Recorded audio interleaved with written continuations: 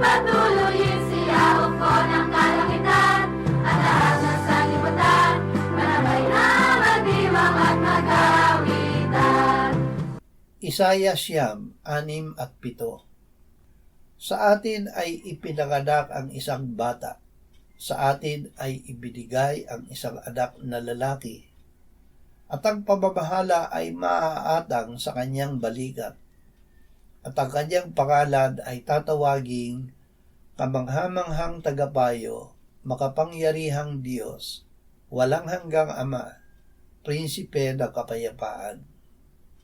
Ang paglago ng kanyang pamamahala at ng kapayapaan ay hindi magwawakas sa trono ni David at sa kanyang kaharian, upang itatag at upang alalayan ng katarungan at ng katuwiran mula sa panahong ito hanggang sa magpakailanman.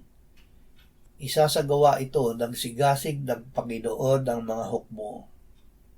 Ang salita ng Diyos ay nagkatawang tao. Ang Panginoong Hesus ang salita ng Diyos at Diyos na nagkatawang tao. Ibinigay ng Diyos kay Propeta Isaias ang mga pangalan ng Panginoong Hesus bago pa siya isilang.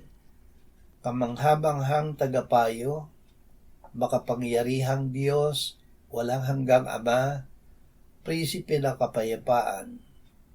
Ngayong araw ng Pasko, tayo ay inaanyayahang magdiwang dahil ang ating hari ay dumatal. Si Kristo na ating sinampalatayaan at tinanggap na Panginoon at tagapagligtas. Siya na namatay at binuhay na muli ay iniakyat at iniluklok ng Ama sa kanyang kanan sa langit. Siya ay magbabalik upang lubusin ang ating kaligtasan. Ang saya mo, lupa.